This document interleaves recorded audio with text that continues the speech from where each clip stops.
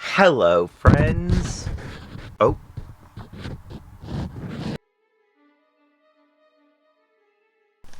Hello, friends. Let me pull the cover off my mic there. Welcome back to 1D10T Does Stuff, and I'm the 1D10T in question, Trevor Stewart 1308. And because I am still having issues with cameras, with getting all my cameras functioning and working in the same direction, we're gonna watch another video today. Yeah, I wouldn't expect too much to be getting done between now and solstice break. So, class is gonna be kind of chill. No homework, that kind of thing. So, let me get into today's ad read first. Today's pre-rolls brought to you by The Hidden Leaf, downtown Charlottesville, on the Downtown Mall, 105 West Main Street, above the Brick, Suite 200, between 10,000 Villages and Hamilton's. A great place to go with some great buds to get some great buds, eh, bud? Also, the only thing better than their bud is their customer service. And they have the lowest prices in town, according to my own highly biased research. By that I mean I was high when I did my very biased research. Don't forget to check the website for times and events. The website is thehiddenleafseville.com. That is thehiddenleafseville, all one word, .com. Quick note of disclosure. Our opinions on this channel are ours alone. They do not necessarily reflect opinions of any of our advertisers or sponsors, The Hidden Leaf included in that, as well as Firehouse Organics Craft Cannabis Farms and Kush Gang. None of which I have out for y'all to see. So, today's pre-roll is one of their green top pre-rolls, green tubes. And they are very good.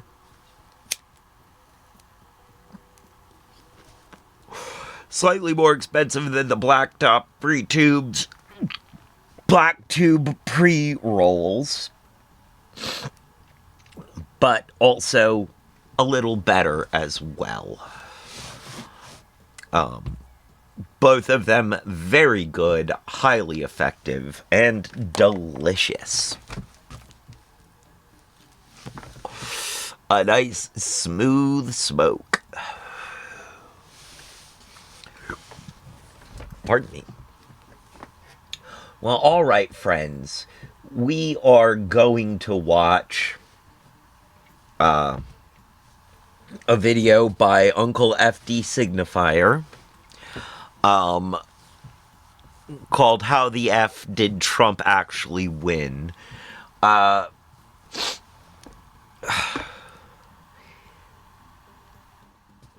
pardon me. I'm gonna sneeze. Chew. Chew. Pardon. So, now, see, here's the thing. After the election, I pretty confidently said some statistics that I believed to be true. And I still believe to be true. I haven't bothered to follow those statistics up so much. But I did feel like a deeper look was necessary, and doing a deeper look with y'all would probably be a good idea. a lot of the numbers that I got from FD Signifier. And if you guys know me, I don't really throw a whole lot of numbers out there without actually, like, having them in front of me. Just because my memory for numbers is questionable at best. There's a type of dyslexia for numbers called dyscalculia.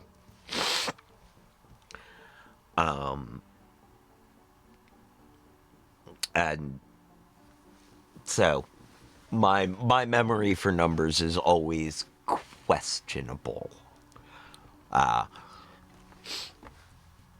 That being said, I feel like this video does a really good job of sort of digging deeper into what actually happened. There's a lot that went on in the election all throughout the United States. Hi, Runner. Good to see you. Yeah, Gandalf just walked through. Good to see you, Runner. Love you. Love having you here. Yep. Yes. Blessing your eyes. Gandalf did bless all of our eyes there for a moment.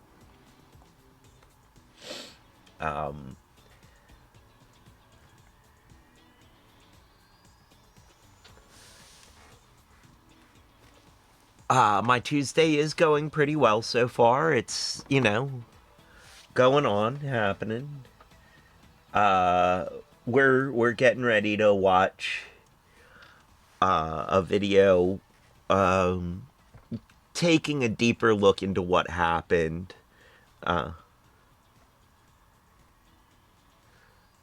Yes, Trevor is absolutely fine to call me. I call me Trevor. I call me Trevor or Trev.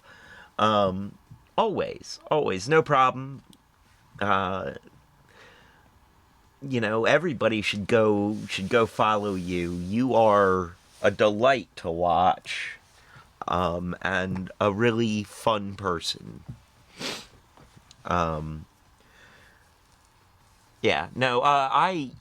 My name is Trevor. Nickwork Entertainment is the entertainment label that I belong to. I mean, to the point where, like, they have me branded with the company logo. Like, all of my intellectual property belongs to Nickwork Entertainment and Nestor Industries. But calling me whatever, whatever's clever.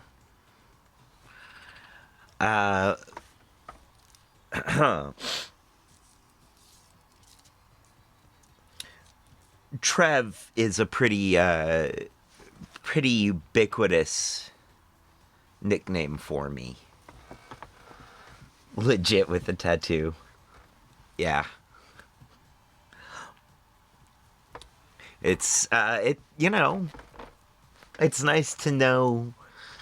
It's nice to know that you have a place in the world.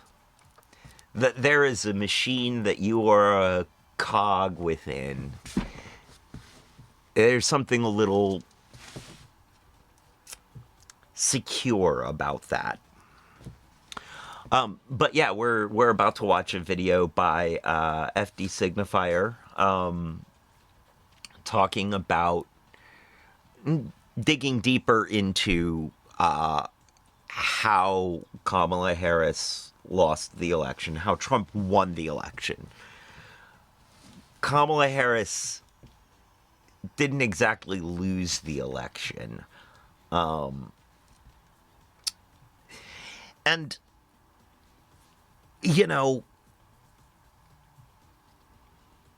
spoiler alert, but it is kind of what we all think it is going to be. it. Hey, Retro, good to see you. Thank you for stopping by.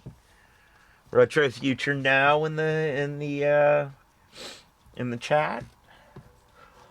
Another great streamer.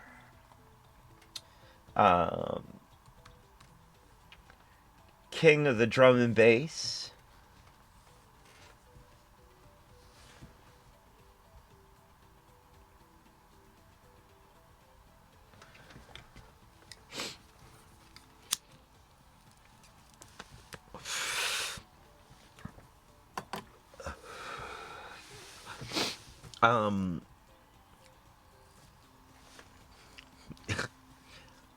I do like that emote. Little emote. Is that the mini-me Dr. Evil waving?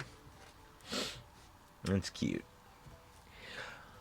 Well, all right. Let's jump into this video. Did you just pay with PayPal? Yeah, and the cashback's wild. Are you guys feeling this?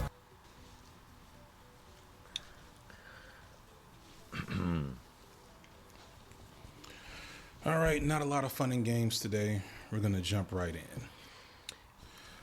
I did a live the day after the election where Donald Trump became only the second president in American history to win a non-consecutive term by convincingly beating Kamala Harris, and emotions were high. Limited information I was watched available. that live, and that's where I got the numbers. At that time, I made the proclamation in this live that the core reason Kamala Harris lost her bid for presidency of the United States was misogyny and racism. I base this not just on my general beliefs on the pervasiveness of sexism and racism in this country, but on the fact that at the time, the early data indicated that there was a huge decrease in voter turnout for her specifically with rural and suburban white men. Now, if you guys don't know who this is FD Signifier over on YouTube. And he is...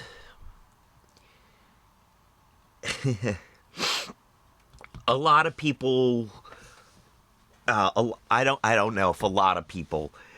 from my perspective, he's sort of the... He's sort of the one of the main black leftist voices on YouTube that at least that I interact with. I'm sure that there are lots of black leftist voices on YouTube, and there are a bunch that I do interact with. And a bunch in his sort of sphere of people that I watch, and I think just outside of his sphere, and it is that sphere is collectively those black leftist YouTube is called Cornbread Tube, nicknamed Cornbread Tube. And people tend to think that it is rather monolithic because it has a name, because it has a face. Like, there are people who are sort of the face of Cornbread Tube, of black leftist YouTube. And FD Signifier is one of them. Oddly enough, Noah Samson is another one. And Noah, speaking of Noah Samson, he's been speaking out against the genocide in Gaza recently, and I think that has been a very valuable use of his time. You know, he's a good presenter. He's funny. He seems like a pretty decent person. You know, his takedown videos of questionable YouTube personalities are always fun, but are they really all that proactive about anything? Whereas I think his stuff about Gaza has this proactive feeling. He's talking about something that is important to him beyond, you know, YouTube egos. And he's trying to be he's been trying to offer actions, you know, actions that people can take to get involved.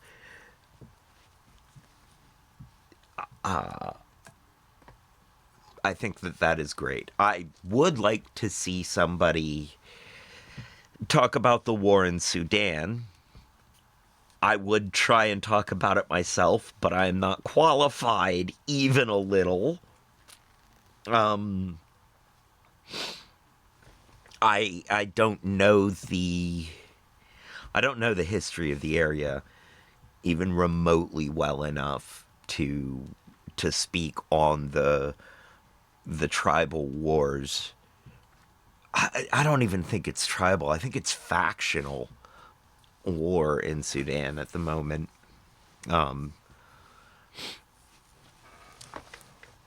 But so yeah, he's one of the he was a teacher for a long time. He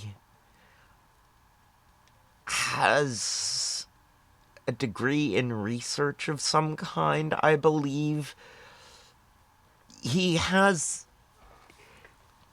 the bona fides to be discussing the statistics of the situation.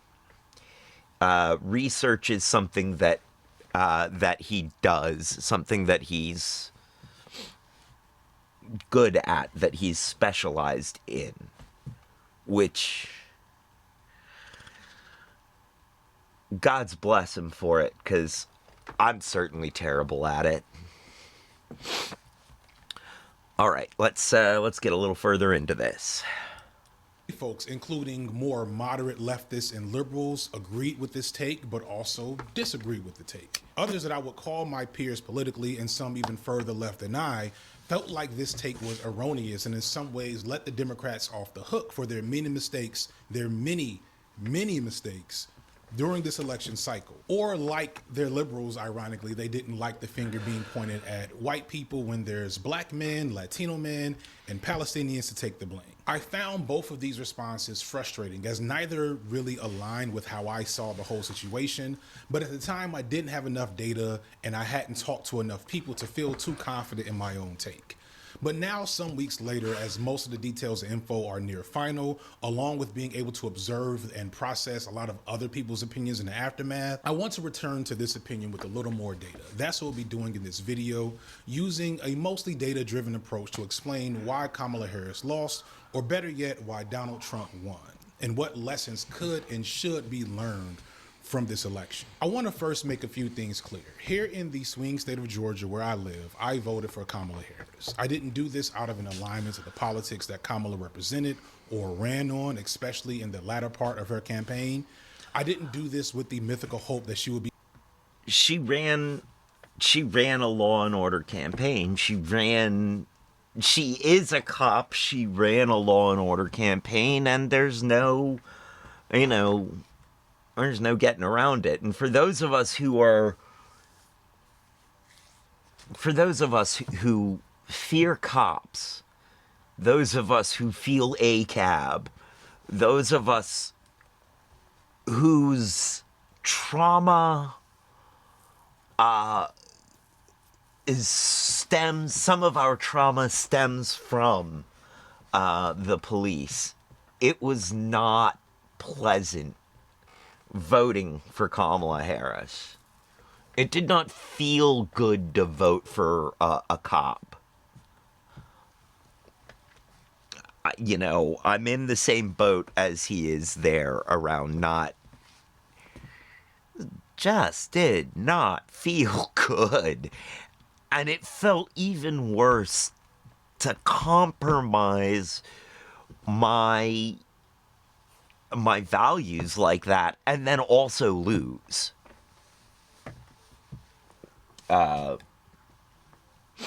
You know, and due to that, I'm left with the emotional desire to point fingers and blame.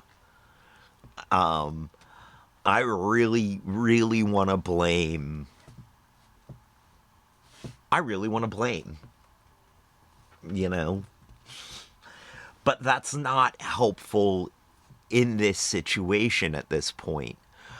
I do, however, think that taking a look at what happened is helpful. And being reminded of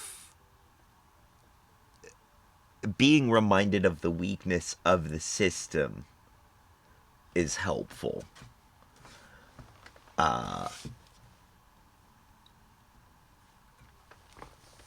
Yeah. Be pushed left, that just doesn't really happen. I voted for Kamala Harris because of the two devils I was faced with. I preferred her, the devil I knew. To many, that is unsatisfactory, and to those of you who feel this way, it is what it is. To me, the world is already in a hellscape situation, and I personally find no solace in the individual victory that would have been a protest or third-party vote, nor did I think that it would make a difference, and we'll look at why that's completely true later on. I am not of the mind that a Trump presidency and a Kamala Harris presidency would have been indiscernible from each other. On a grand scale, that's likely true, but at a micro level, at an interpersonal level, and at an immediate level, I think this is demonstrably false, and I don't think anyone who's serious... He's about to, in a little while, he's going to back up the statement of how, on a large scale, from a far enough away vantage point, the Harris and Trump presidencies aren't going to look that different, you know. And it is...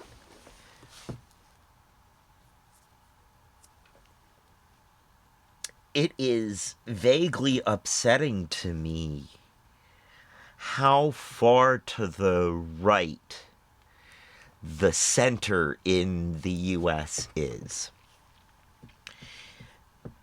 It's a little more than vaguely upsetting to me. It is worrying. Especially for someone like me who has been raised on the very far outskirts of the left. Very so far left you don't know. Can say that to be a fact across the board. Trump's 4 years as president before were harmful in numerous ways that were unique to him, including his handling of a once-in-a-lifetime pandemic, which is made worse by his incompetence. But I digress. I'm only bringing this up because I also don't want this video to be mistaken as a defense for Kamala Harris or the Democrats. And it's really frustrating that our political discourse on the left has been so atomized and just made into content garbage that people who take nuanced look at these complex issues end up having to be in one camp or another. Like, I'm literally in the moment have done this take like 10 times because I'm trying to find the words to say how frustrating it is to want to have a nuanced conversation around electoralism when there's people that if you don't support Kamala Harris, they don't want to hear anything you want to say, even though there's obvious reasons to not support Kamala Harris. And people that don't support Kamala Harris feel like there's no logical or moral reason to vote for her regardless, as if we should always in our be political able reality is that black and white. But it is what it is. I feel like it's important to continue challenging my more liberal and moderate. We should always be able to criticize our officials at every level, not just state but local, not just local and state but federal, every level of official. Because without this criticism, they won't pay attention to the needs of the constituents.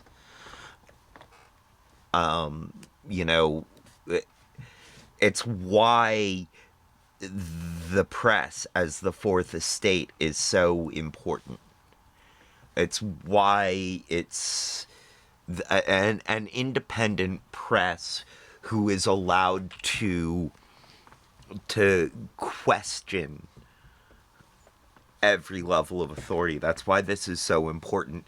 And hopefully, ideally, that's what this lowering of barriers to get into, like, YouTube, you know, this sort of democratizing, I'd rather say socializing our content like this, you know,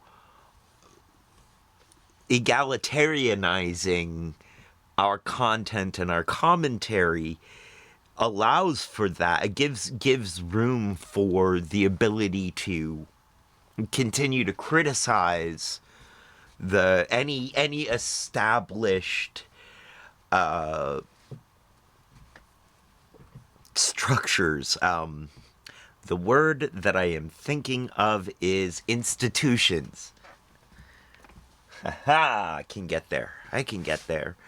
I was having a discussion with Trollhalla last night about this.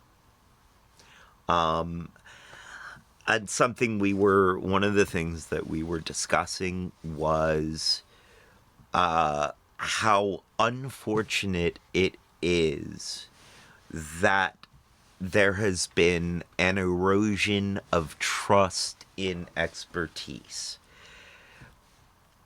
And that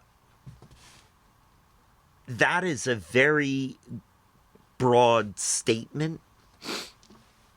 I realized that as we were discussing it, because I really do think, you know, we should all be able to trust experts.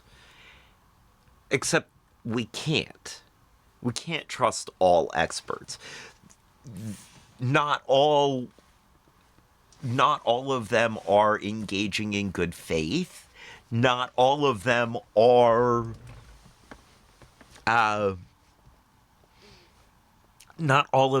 looking at a full and broad picture. You know, there's a very valid reason why Black people don't trust doctors. There are many valid reasons why Black people don't trust doctors. Doctors are experts. But this erosion of trust in their expertise is valid because the system did so many things to destroy that trust. The institution itself destroyed that trust. But when it comes to pandemics and getting vaccines, we're supposed to trust this institution. Now, I do trust the institution. I get my vaccines. I am all about it. But I don't trust Anthony Fauci.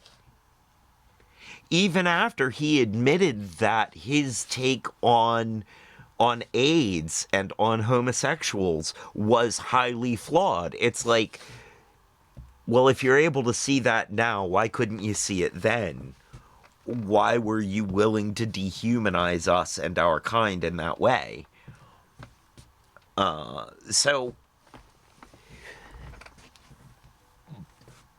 also, there is a fear-mongering that is happening in the media that is, especially in the right-wing media, that is really just aiming to destabilize through sowing distrust in expertise. And that, to me, is equally as upsetting as the very valid reasons for people to distrust expertise. It's upsetting in a different direction, but it is equally upsetting. I think that, you know, these two things together really damage, both really damage our society at a basic level. And I think the GOP preying on that is unhealthy for the democracy, unhealthy for America, unhealthy for them, unhealthy for us.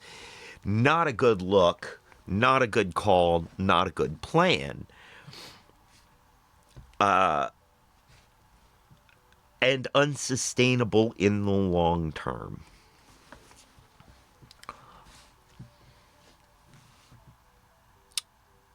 It will inevitably eat itself. It will collapse somehow. Now, do I know exactly how? No. I begin to see that some of what needs to happen is that the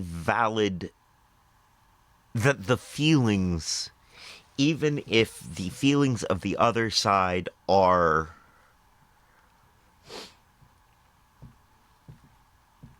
they're valid because they're feelings, even if they're not exactly valid feelings. Hey, Phoenix Lily. Good to see you in chat. Good to see you in chat.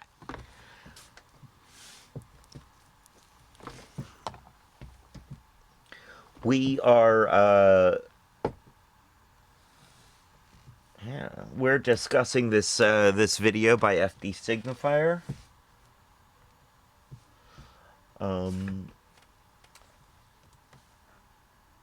Phoenix Lily is an artist, and we are in talks with her for a possibly for a album. Well, we're in talks with her for an album cover for the next single coming up soon. So we will. That is something we are looking forward to. So, yeah. I was going somewhere with that and I got derailed.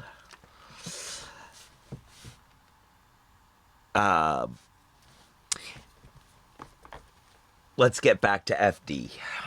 Let's see what Uncle FD has to say. By the way, I've watched this video through already, so you know, my reactions may be a little muted. On the other hand, he usually says some stuff that makes me chuckle, at least.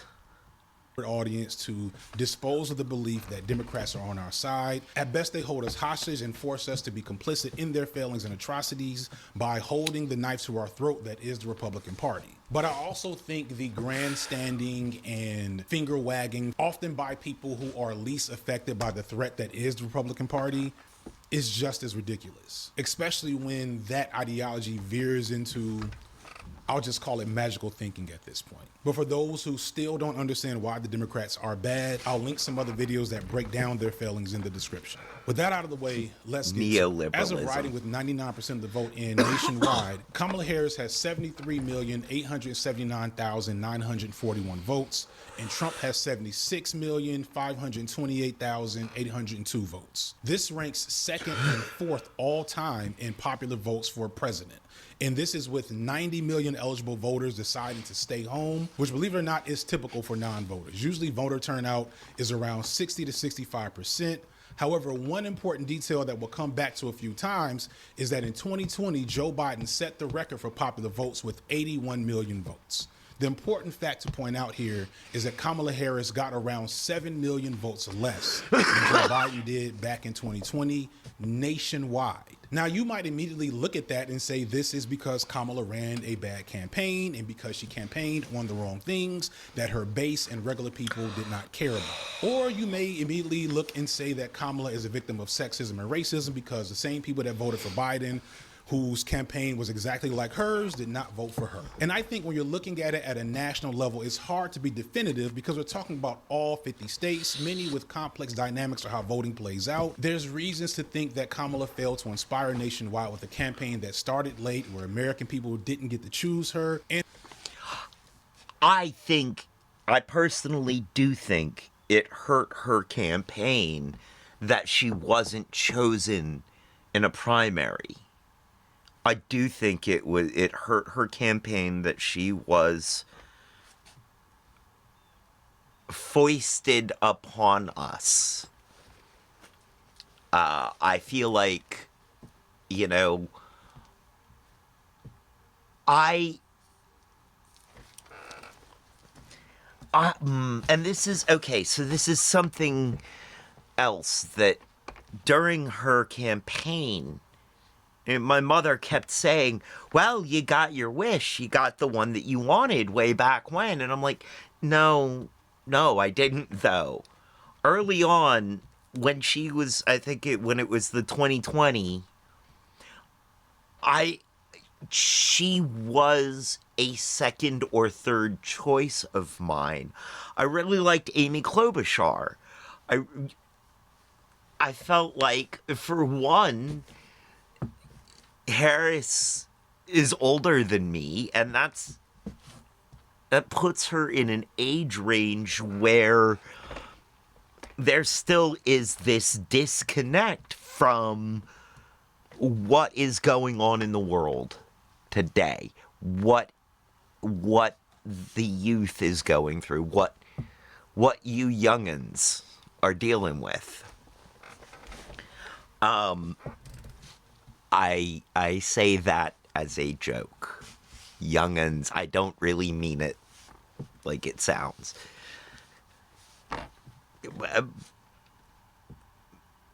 I myself, because of my age and where that has put me in the world, not sure I fully relate to. In fact, I'm sure I don't relate to a 20-something. You know, I'm just in a very different place in my life. I can remember what it was like to be 20-something. I can remember what it was like to be a teenager. I can remember what it was like to be a kid.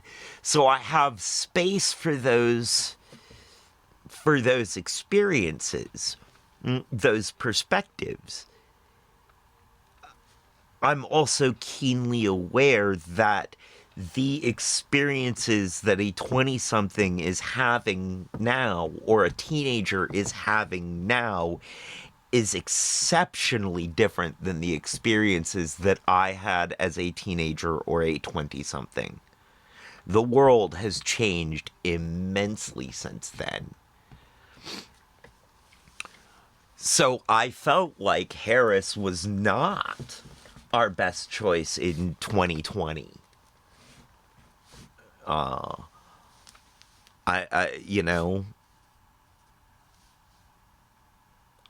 would have been happy with Amy Klobuchar. That being said, I still think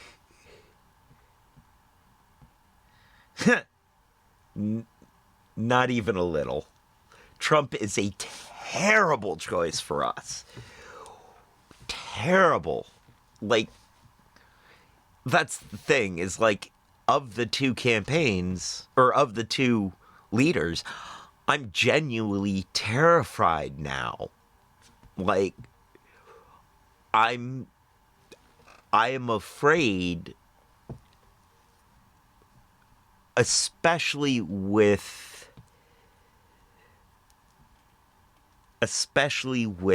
the cabinet that he's nominating, Oh no, I am insanely anti-Trump. Like, well, Lily, I'm queer.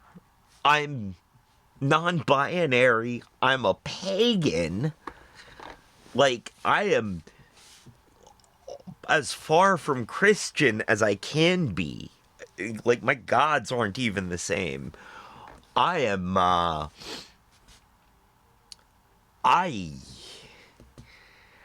Also, my grandparents, my mom's parents, lost a lot of money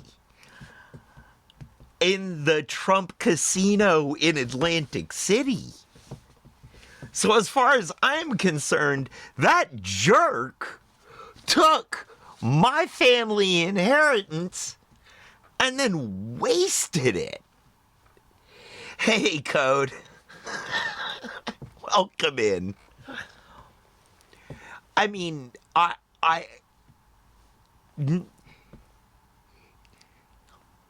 would still dislike him.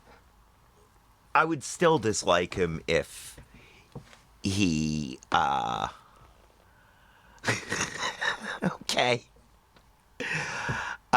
Even if he didn't manage to not succeed at the easiest money-making scheme there is. I mean, the man failed at owning a casino.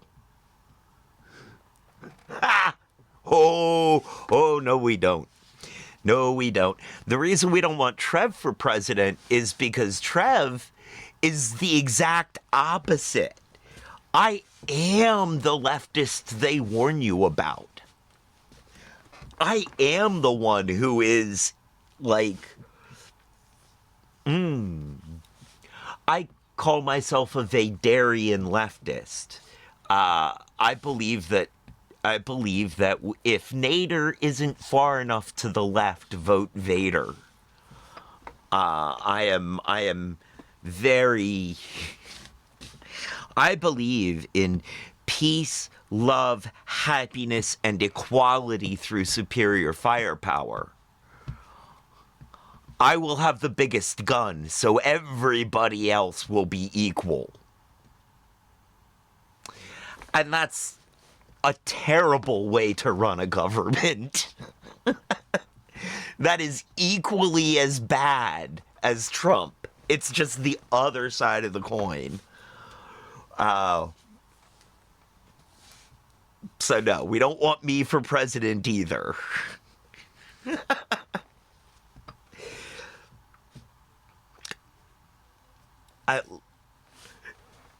Yeah, yes. Yeah, kinda. Except for, nice. Right. There's no winning, there's only catch. Yeah, I think the better way to think of it is I would be like Galadriel if she got her hands on the One Ring. Magnificent, beautiful, and terrible. And all would bow before my magnificence. Not a good look. Not a good look.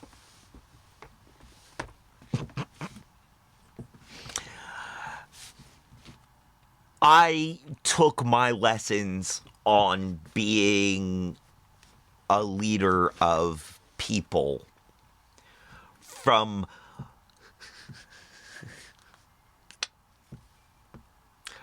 God Emperor of Dune. Not a good look. If you guys don't know... Exactly, Code. Exactly. Best not to think about it. If you guys don't know, Paul Atreides and later his son are the bad guys. They're the BBEs. They're the really big, bad, evil guys of Dune. The Harkonnens are a temporary bad guy. They are a plot point. They are... They were the foil to the Atreides throughout the history. Neither one of them were good. Neither one of them were the good guys, and that was kind of the point. But Paul Atreides and his son were the bad guys. When you get into the later books, the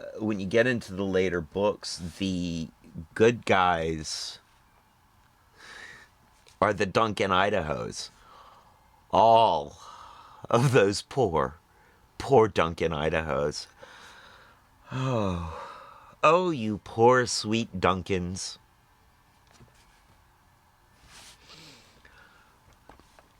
Code says, oh yeah, so I've retextured the axes into scythes. Only issue the texture pack doesn't work. Don't know why, but I'm gonna have a friend help me with it. Right on. Code Inc. is doing some retexturing in Minecraft, and it's pretty cool. Check it out over on the Discord. Alright, we'll get back into the video now. I think, hopefully, I'm continuing to talk enough that this falls under fair use. I will say it is pretty... You can pretty easily guarantee that I am gonna agree with most of what FD Signifier says. We come from a pretty similar political school of thought.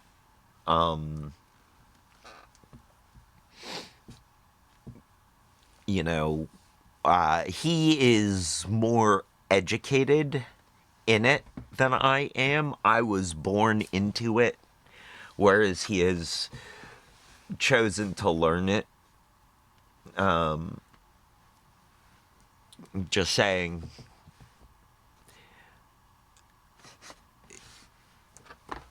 Yeah.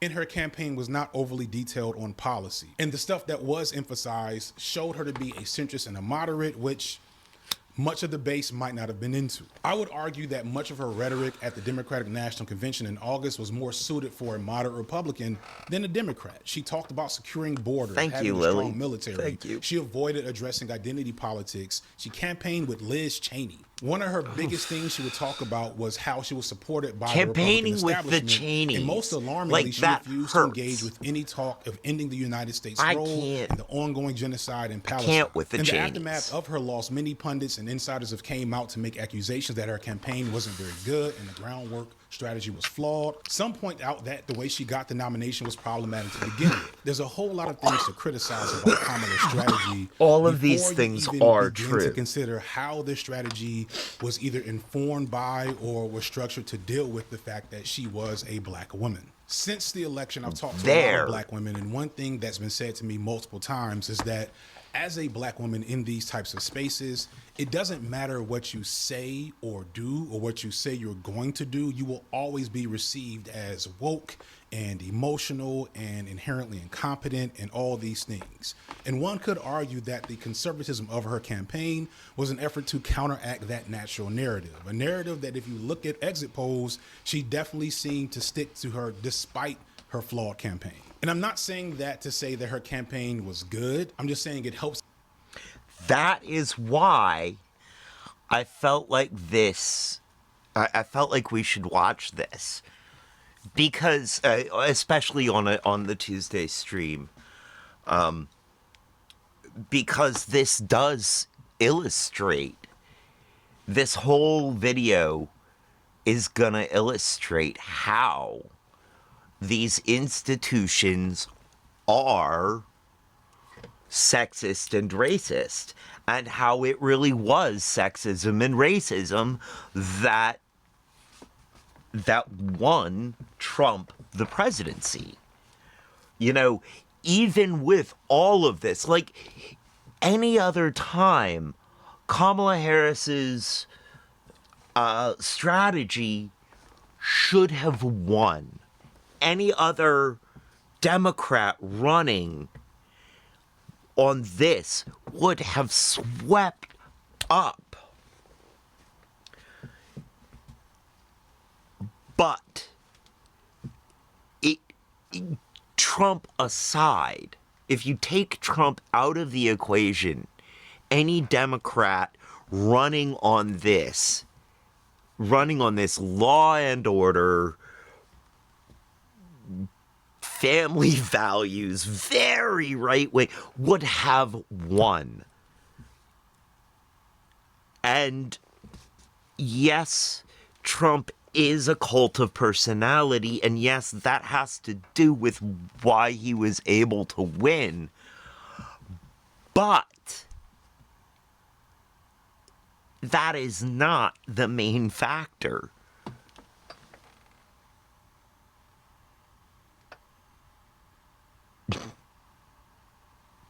The main factor is that she was a black woman. That's what lost it for her. Won it for Trump was that she's a black woman. And that is an unacceptable reason to me. That is, you know, she should be allowed to do as bad a job at being president as Ronald Reagan did. There is no reason that we should discriminate this woman out of office just because she's a black woman when she wants to wreck the middle class just as bad as Reagan did.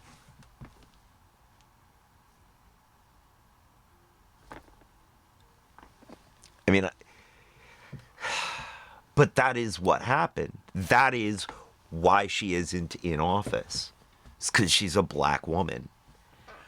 And he's gonna break down the numbers and show us that that is it. Code Inc. says, what issues do you have with society? The fact that we live in this kind of society and that people are blind to it? You know? Yeah. It's the fact that I have to call out blatant racism and sexism and have people look at me like I'm the crazy one. That really bothers me. Like, you know, but again, this might have to do with how I was raised. This might have to do with the fact that it wasn't called CRT when I was being brought up. It was called history. You know, race theory was what people call critical race theory is just the facts of history. Just, that is it. You know, and if you want to take racism out of history, then what you're doing is you're taking the facts out of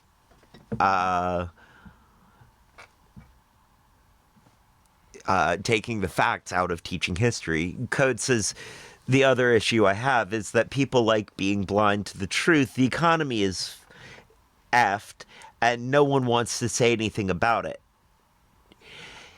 Yeah, I mean, yeah, kinda. I mean, the economy isn't as effed as we think it is. It's effed in a strange kind of way. And we talked about that on I guess it was Saturday's show a couple of weeks ago. On Saturday evenings, posted mostly a couple of weeks ago. But yeah, it's, there are so many things, so many of the institutions that we have that are inherently flawed, that are systemically racist, systemically sexist, systemically anti-trans, anti-non-binary. The whole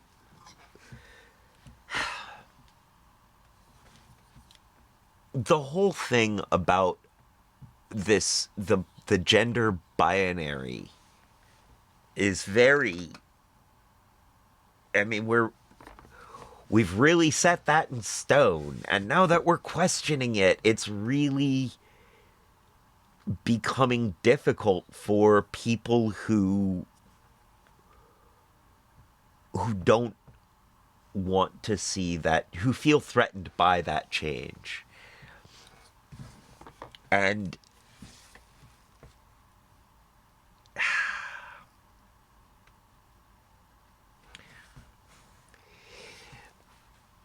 but also the economy.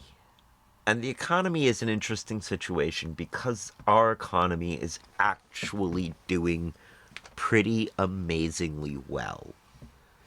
Wage growth did not keep up with inflation. In fact, it didn't happen for so long that inflation got to a ridiculous point, had surpassed wage growth by a ridiculous amount, so that now any wage growth doesn't feel like it's enough to keep up with what has already happened through inflation. And any wage growth that is going to be enough seems to be an outrageously high number, even though all it's doing is trying to bring everybody up to a living wage. And that has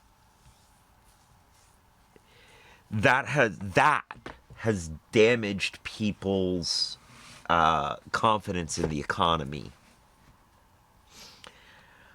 But what I will say is that as long as the Fed stays independent, as long as the Fed stays nonpartisan, then the Federal Reserve, as long as that happens, then our economy will be strong. At its base, our economy will continue to be dependable. As long as the Fed stays independent. And we are in a mandatory ad break, so we'll get back to the video in about 50 seconds.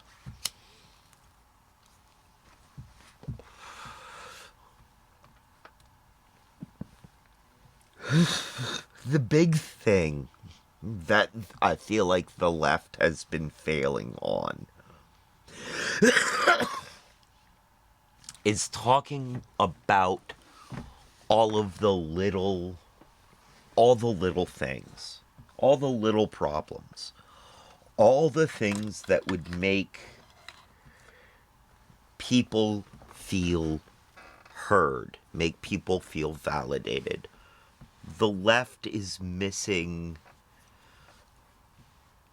connection with its constituency. I think that if the left reached out in general, if the left just reached out and was more accessible, it would feel like we were less coastal elites, On the other hand, I believe FD is going to bring up a concept here in a bit that's going to point to why even that may not help.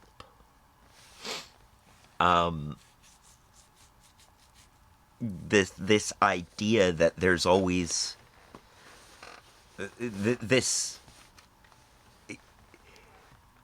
Hey, lockpick, future ex-husband. Much love to you, lockpick. Mwah.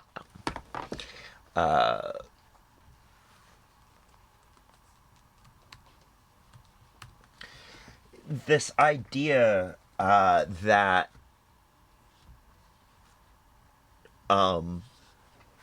especially that people on the right and in the working class seem to have, that the people in power, people like Trump, are where they are because they deserve it.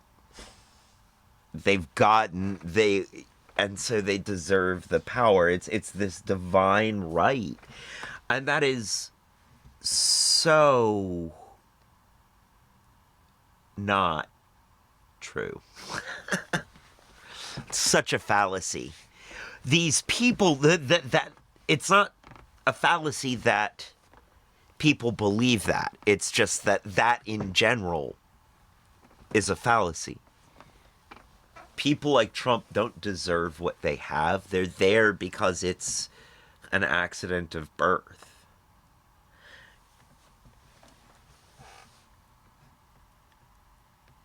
Lockpick says, dude, I can't escape people talking about the economy being effed. The left and right both think of themselves as divine, though.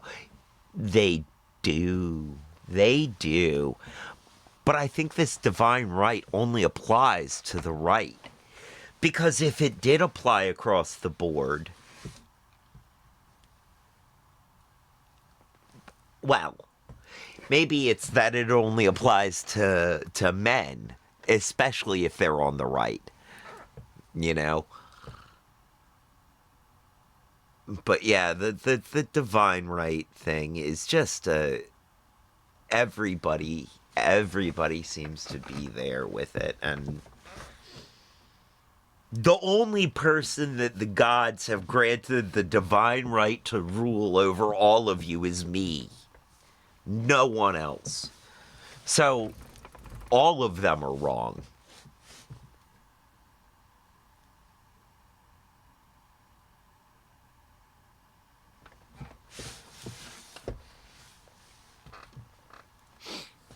Better get back to the video before before I collapse under the weight of my own ego there.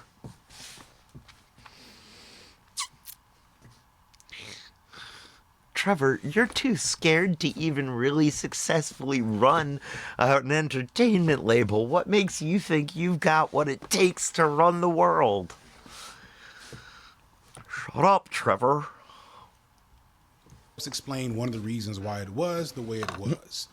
However, this doesn't seem to matter when you look at the data.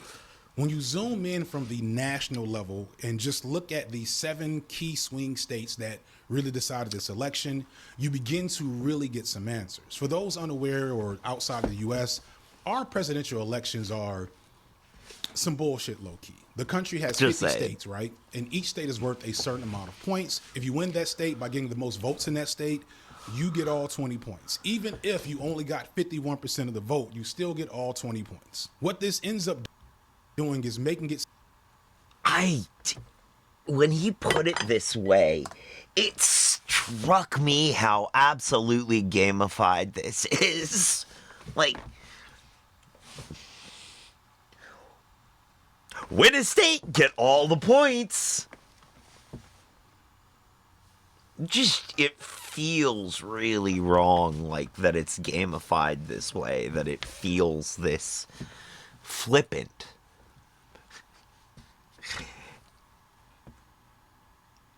Lockpick said, and you are my sub, that makes me higher than everything. Yes, but that's only when you're on top.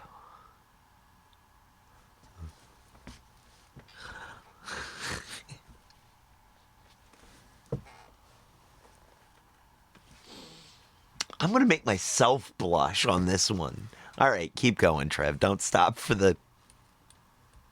So 5 to 10 states that are up for grabs really control the entire election. And that's because most states in America consistently vote in a very specific way. Some states like Minnesota, for example, haven't voted for a Republican for president since 1968.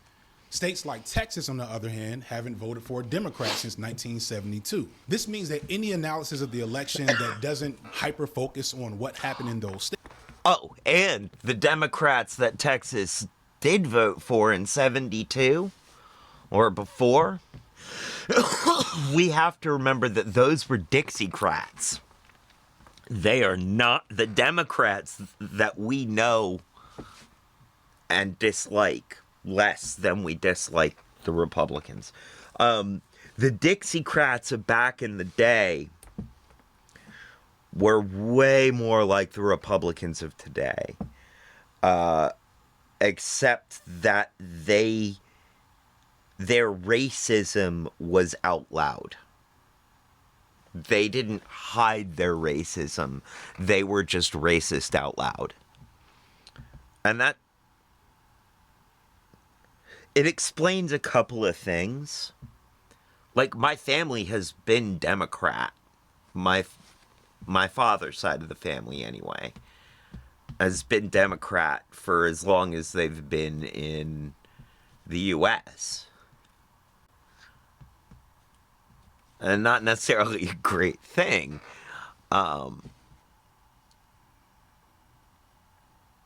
Actually, I don't know. Maybe the first generation were Republicans because they did come over. They came over and fought for Lincoln. So they probably supported him. But they were very quickly racist. So they probably switched sides pretty quick, too.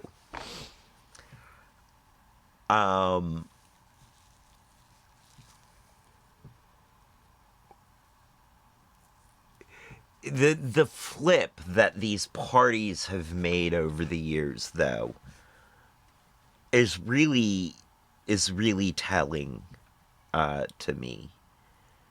That what it's really telling of is that while there is some desire in America to get past racism, there is not the overwhelming desire that there should be. That it is still a racist country. That the United States is still a racist country. And that is not a pleasant thought for me. That's not something I like. And I feel like this is sort of how this video fits into the Tuesday theme. But, yep, we're here to look for more evidence of sexism and racism. So, let's keep going. Because we're going to find it.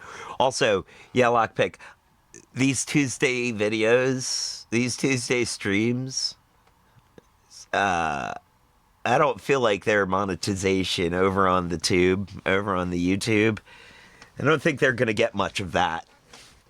I don't think they're going to get to keep much of their monetization. But that's okay, because it's not the point of these. The 1D10T does stuff. It isn't about any sort of monetization. Not like the other stuff is. This is about me using my platform for what I think is right. This is about me trying to do what I think is right.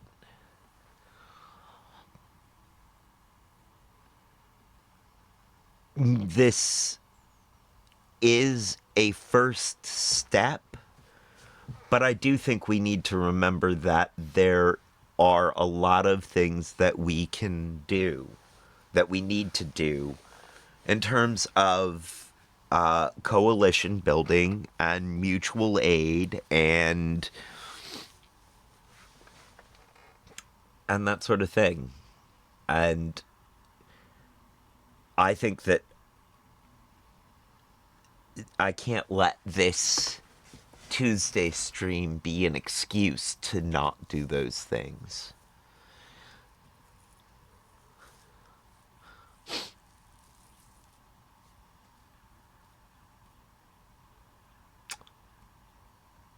Well, shucks, I didn't mean to then go turning my observations inward and forcing myself to have to do more work. But it looks like we're going to have to do more work here. Let's get back to the video, though, because we're barely into it, really. States isn't necessarily the greatest analysis, because in those states is where the voting population has and feels the most responsibility. This is where campaigns spend the most money, and this is where the campaign's successes or failures are really reflected, and where data and feedback is most valuable. So that's where I'm going to focus most of my analysis on. And when you focus the analysis on the 7 battleground states, you start to see some really interesting features. In 2024, there were 7 battleground states: North Carolina, Georgia, Michigan, Pennsylvania, Arizona, Nevada, and Wisconsin. Kamala Harris lost all of them. However, the narrative that I presented a second ago about her flawed campaign, that voters stayed home because she ran too far to the right and didn't support Palestine, that she didn't run on any policies, etc., that doesn't really hold up here, because in 4 of the 7 swing states, Wisconsin, Georgia, North Carolina, and Nevada, Kamala Harris actually outdid Joe Biden in 2020. Now, it's from small numbers. It's not like she outdid him by a whole lot. But considering that Joe Biden had 7 million more votes nationwide, the fact that Kamala Harris kept up with him in these 4 battleground states indicates that she wasn't doing nearly as bad as people are trying to say she was. And in the 3 states where she didn't outdo him, Michigan, Pennsylvania, and Arizona, she got within around 70,000 votes or less. So he didn't blow her out there either. Now, you may still feel that Kamala's campaign was bad because you don't like her politics or tactics on a specific personal level, and I would agree with all of those opinions. However, that doesn't mean her campaign was ineffective. The numbers say that it was. The difference is in Trump and some of the specific voter bases that he was able to pull in those same states, as well as specific voters that did not show up for Harris that showed up for Biden. While all the criticisms that you probably have of Harris and her campaign are true, I still think the results are more consistent with this country's deep-rooted misogyny and racism. I know people don't like that, so let me address some of the common arguments that I've seen against this take. So one of the main things I've seen is that Kamala lost because of abstainers and third-party voters, most of which who had the genocide in Palestine as a deal breaker. All that said, very little data points to those people having a significant effect. The most prominent third-party candidate left to Kamala who did not support the genocide was Jill Stein. And in no swing state did Stein get even a full 1% of the vote. In Wisconsin and Georgia, she didn't even come in 3rd. I know some truly principled leftists actually voted for Donald Trump in protests, which... Ishi is an Asian-inspired breakfast brand. So when we started the company, went online, searched for UPCs for sale. They There are many always pop websites in with that the sell ads at the right UPCs. time. As the company Okay, but I seriously doubt that that was enough to really make the difference here to put the loss on Stein and protest voters. You could argue that more principled anti-genocide voters just stayed home, but that would clash with the aforementioned fact that turnout was up in swing states. Stein did her best in Michigan, where there is a large Muslim population, where there was also a well-organized effort against the Harris campaign because of her response to the genocide. But even in Michigan, if you add all of Stein's votes to Kamala's, she would still lose. This is important to point out for a few reasons, but for the moment, I really wanted to sink in with liberals and moderates who have went full mask off online with their vitriol towards the people of Palestine and the anti-genocide movement. In the days For and weeks real. after the election, many on social Don't media blame pointed them. at Palestinians and their supporters as the cause of Harris's loss. And it was gross and abhorrent to witness. People posted videos of them going to Starbucks, which, by the way, Starbucks was never actually involved in any boycott related to Palestine. That's just a significant marker of how uninformed a lot of us are online, myself included. But regardless of whether or not Starbucks was a part of the anti-Palestine movement, the fact that people were going there explicitly to spite Palestinians, that shit is whack. That shit is fucked up. All of you should be ashamed of yourselves. People argue, Thank you well, for these saying folks it, are just FD. angry and they should be allowed to vent their anger and express their emotions without being judged. And sure, maybe, but in that regard, where is that same empathy for Palestinians who are actively being bombed right now? Of Right. all the things that came out of the election, Right. this was the most disappointing to me because I genuinely expected better. And in some situations, I don't know why I did. But I'll come back to this. But Another thing that people point out is that certain progressive ballot measures let it be understood that I'm only criticizing the white people that say that stuff. I don't feel like I have any room to criticize black people at all. And especially because black men and black women turned out for this election. They turned out in force. They, and I get how frustrated. No, I don't. I mean, I only kind of get it. I'm only queer. But I understand that there is a lot of frustration there. Validly. And I have no room to criticize them for that frustration. But I do also agree with FD that it's not helping anyone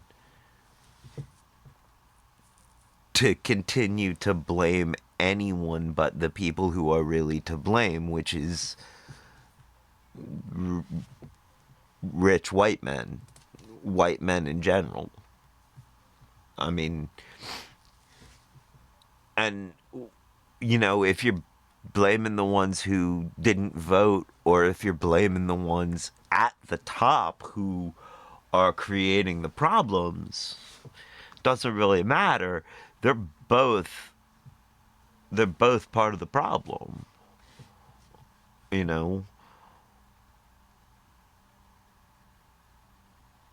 I want to be careful about criticizing white women because I have privilege where they do not.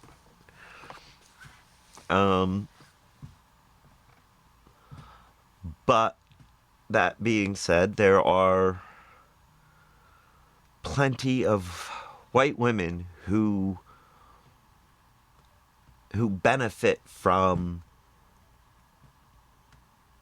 white supremacist notions of misogyny.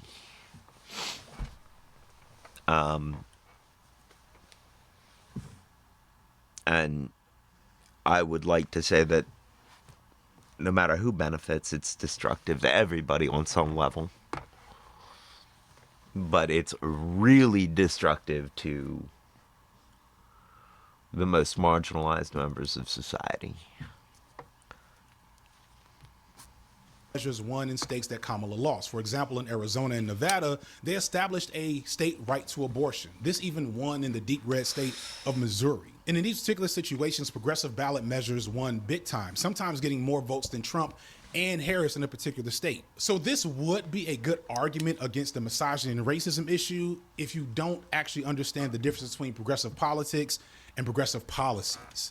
Many people will point out that progressive policies like universal health care, gun control, abortion, all tend to be popular issues that most of the nation agrees upon. The problem there is how these issues are seen, if they're connected to or in any way can be seen as supporting of black people, people who are seen as undeserving. Whenever an issue is connected to black people in this country, white people will vote against that issue essentially out of spite. Right now, they're trying to repeal the Affordable Care Act, which is known to white people, a specific type of white people, as Obamacare. These are people. It's not just known to those types of white people as Obamacare. I do call it Obamacare. And I have literally said, bless my Obamacare, for it has saved my life. But I oftentimes think that I'm not the kind of unmelanated person that he's generally referring to. I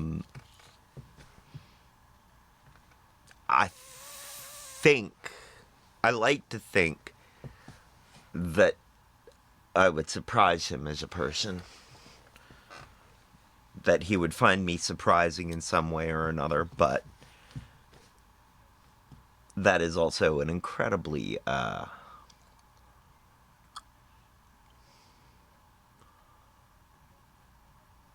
narcissistic fantasy, I suppose. And, you know, I'd like to believe that he would think of me as above average in some way or another. Highly doubtful that he would see me as that, though. But, you know.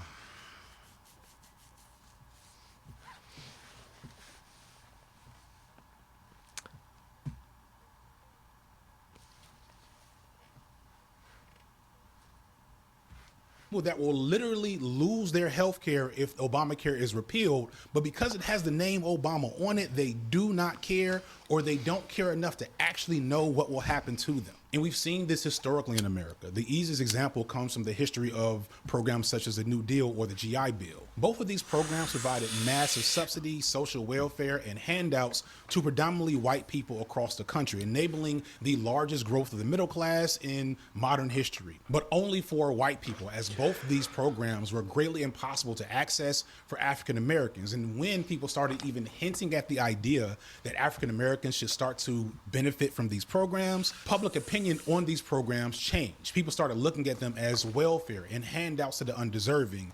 And all of these programs saw drastic cuts in subsequent years. White Americans were fine with cutting off their own. All right. I want to address something real quick. I mean, other than the fact that he is 100% correct. He says subsequent. I say subsequent.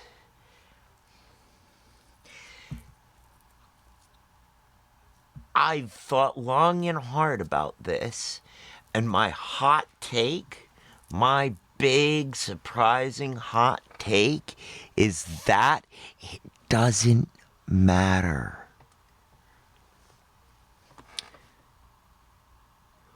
As long as we both understand the word and what we mean, I understand what he means, he understands what I mean. As long as that is a shared understanding, the details of how that understanding is achieved are unimportant. They are insignificant digits. They're the Feynman possibilities. They're just not important. Which means that I've literally spent hours of my life thinking about something that is, by my own definition, not important. And I think that that is probably good mental exercise. But also, you know, I could hear an argument echoing in my head for why that is not true. Why it should be important that we should, you know, have a standardized.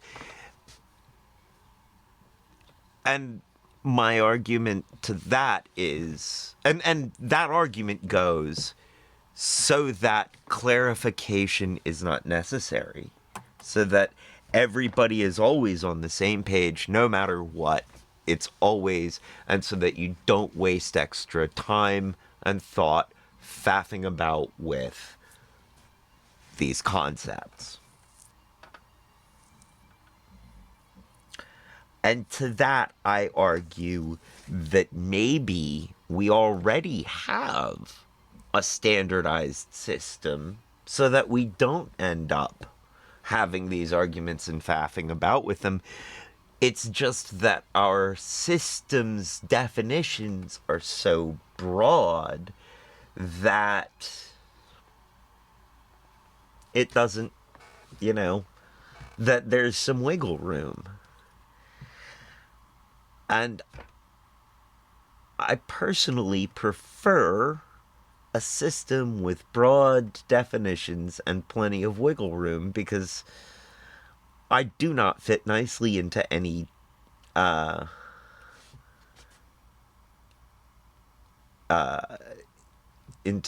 little, you know, narrow descriptions. Gamer JM, hello, welcome to chat. First time chatter. Nice to see you here. It's bad. Gamer JM, if I'm saying that incorrectly, please let me know how to pronounce your name, how you'd like your name pronounced. It's bad enough that capitalist parasites insert themselves into every area of human activity to extract a cut of the value. Then we gotta add insult to injury with bootlicker propaganda, constantly giving them credit for making the activity happen in the first place. Exactly.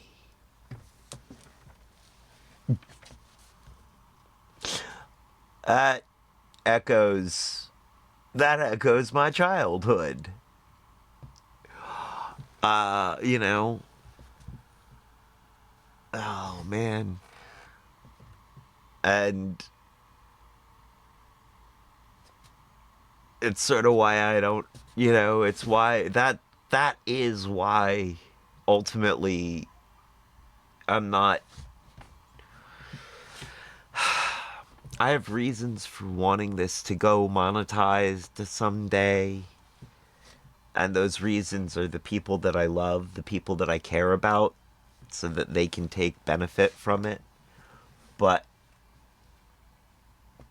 I also won't cry myself to sleep if it never really happens. You know, I'm okay. You know, it's that anti-capitalist in me. It's that same anti-capitalist in me that prefers not to get paid for my ad reads, like today's pre-rolls brought to you by the Hidden Leaf, downtown Charlottesville, Virginia. And I will say, note of disclosure, I do not get paid for these ad reads. And have informed them of that I am happy to continue to not get paid for it, partially because anti-capitalist, but also because I believe that it will have a greater impact out there in the world if people know that I'm not paid to endorse the Hidden Leaf, that I do this because I truly believe in their product and in their mission. 105 West Main Street, above the bricks, Suite 200, downtown mall, Charlottesville, Virginia, between 10,000 Villages and Hamiltons.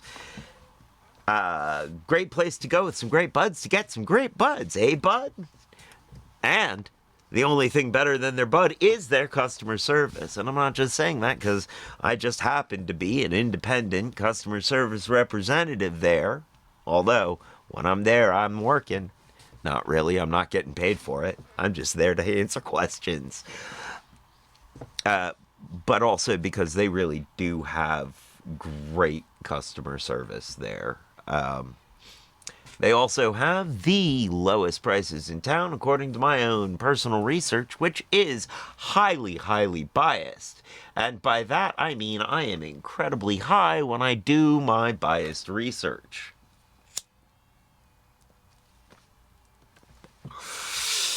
Smooth. Solid hit every time. Check the website for times and events. The website is thehiddenleafseville.com. That is thehiddenleafseville, all one word, .com.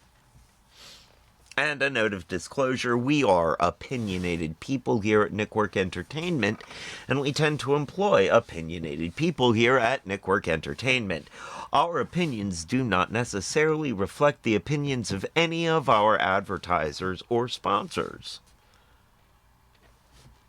Although, our advertisers never really realized that they were getting advertising until I went up to them after starting to do the ads and went, "So, I hope you're okay with this. If there's anything you want me to change in the ad reads, let me know." Other advertisers are Firehouse Organics, Craft Cannabis Farms, and the Kush Gang,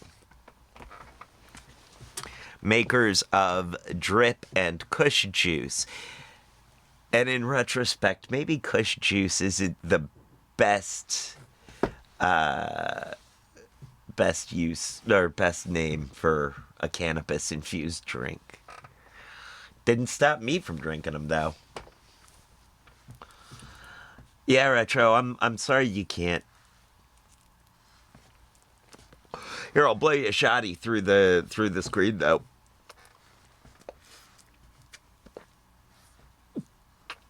Yeah, I bet.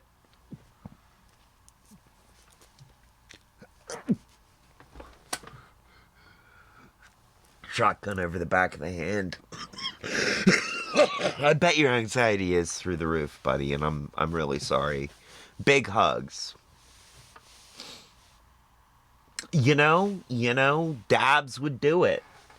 Oh, and Gamer J M. Can I call you Gamer J? By the way, Gamer JM says, "I get it. I'm job hunting. It's rough out there. It is. It is rough job hunting out there. I'm doing everything I can to avoid having to. Just I'm glad I belong to Nickwork Entertainment and Nestor Industries, and I don't have to go job hunting. I think about, especially because, so what I would be doing is I would be a cook, be a line cook out there in the Charlottesville food service scene. And the Charlottesville food service scene is an absolute meat grinder. I've done it before, and there's a lot of turnover at a lot of restaurants, and they're trading Pokemon back and forth and back and forth and back and forth. You get passed around.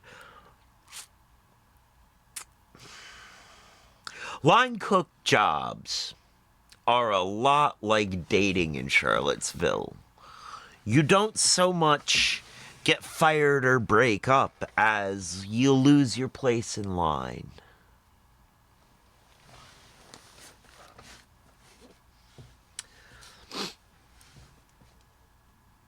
Also, food service work and dating in Charlottesville, a lot like sticking your thumb in a door, slamming it repeatedly, going, does it hurt yet? Does it hurt yet? Does it hurt yet? I do not recommend working in the food service industry in that town or trying to date in that town. Neither is fun.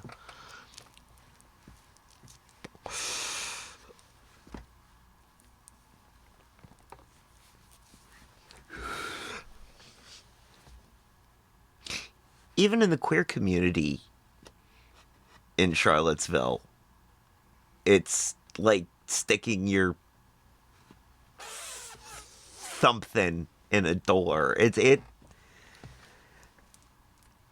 You know, it feels like a fool's errand trying to date. You're right, Retro. It seems like a fool's errand, but the funny thing is, most places, if you're not trying to,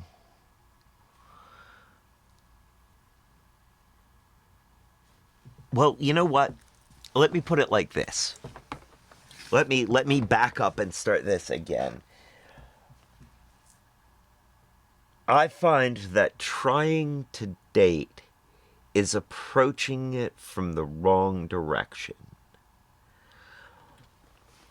I think that it is more important, to me anyway, it was more important that I be okay with being alone. And I am okay with being alone. And once I could get there, dating just seemed to come natural. No, we aren't meant to be alone. And that was one of the mistakes I was making, trying to be, well, I didn't have any choice in the matter. I was isolated no matter what I did. But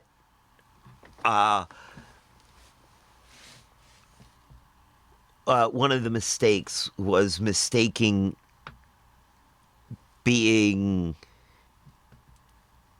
not being alone with being romantically involved.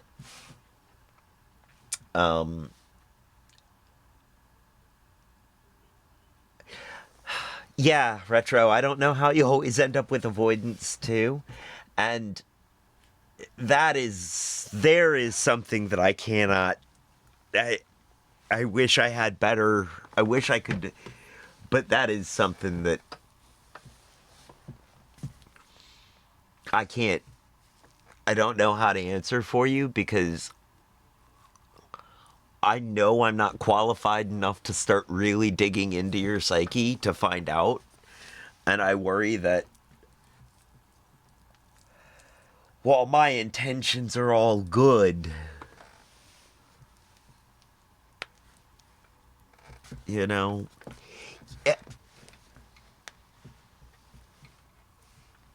yep, I know, I understand, Retro, exactly.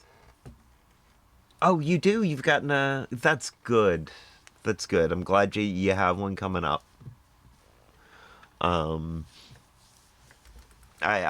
know, I'd like to take a quick moment to talk about therapy, actually.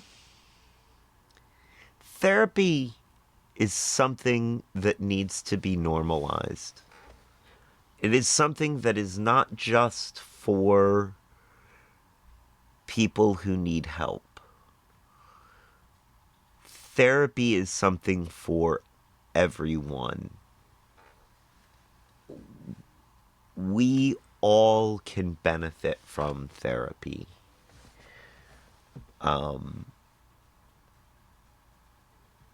It's, even if we are fully healthy, happy, and well adjusted, we can benefit from therapy.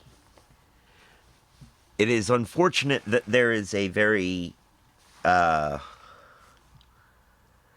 extractive capitalist market set up around therapy, which makes it access to it difficult. And it, that's part of why I don't get therapy right now, is because it's expensive. No matter what, it's expensive. And I can't justify, because I'm in relatively good shape at the moment. I'm not in the middle of a problematic time. I can't justify spending more money. It's like but that is not a healthy approach to therapy, because it means that I'm not making my own emotional wellness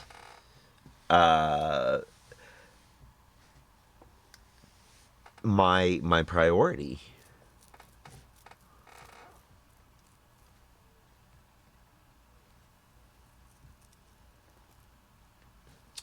Yeah.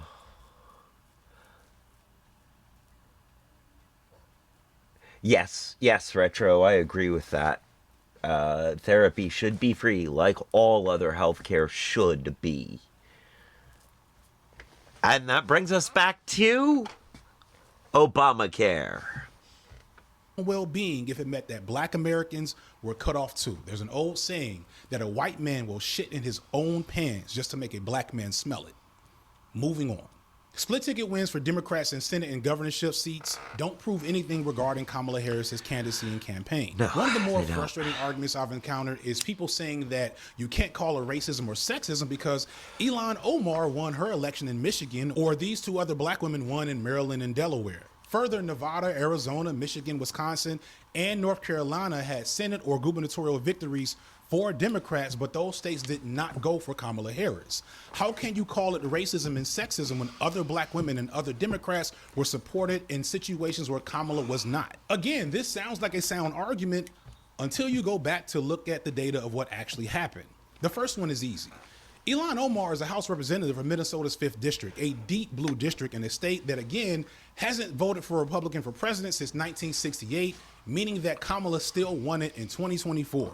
You can't compare Ilhan to Kamala because once Ilhan Omar won her primary, her re-election was basically a formality. There was already a world of support for her against any Republican opponent. She won with less than 300,000 votes. There's no comparing these two races on state alone, let alone the fact that that was an easy mode win for both of them. The same can be said for the black women that ran as Democrats in Delaware and Maryland. In any situation where you're in a deep blue state, just like I explained with the Electoral College a second ago, you pretty much know who's always going to be in power in that state based off that population. Of black people elected as senators in the United States, historically, the only Democrat to win in a non-deep blue state is Raphael Warnock here in Georgia. And that's partially because he's here in Georgia. Things are changing here. The rest are either black Republicans or winning in states like Illinois, New Jersey, California, etc. And again, neither of these black women, Lisa Blunt Rochester in Maryland or Angela Also Brooks in Delaware, won their seats in non-deep blue states. Not to take anything away from those sisters, it's just not the same level of difficulty or scrutiny that Harris faced as president. So what about Tommy Baldwin in Wisconsin or Jackie Rosa in Nevada, two swing states that were victories for Democrats? Surely this indicates something uniquely bad about Kamala and her campaign strategy, but again, not from the data, really. From the way I see it. In both of those states, Kamala Harris got more votes than the senatorial candidates. She even got more votes in Michigan than Erica Slotson, who won a Senate seat there, where she had the most resistance from the left and from Muslim protesters. She did get literally a few hundred votes less than Tommy Baldwin in Wisconsin, and it does look like she won't get more votes than Ruben Gallo in Arizona, who seems like he's going to win that seat. And she also didn't beat the incumbent Democratic governor of North Carolina,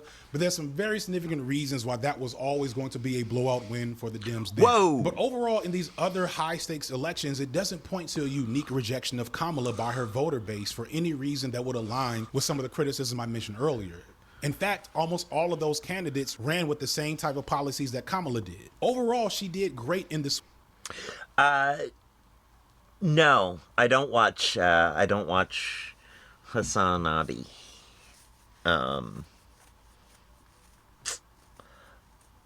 I've considered it.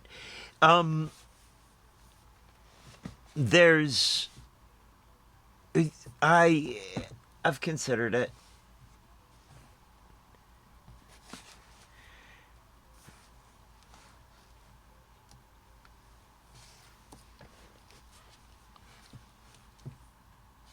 I'll check him out. I don't know why I have a resistance to him. I feel like I've heard...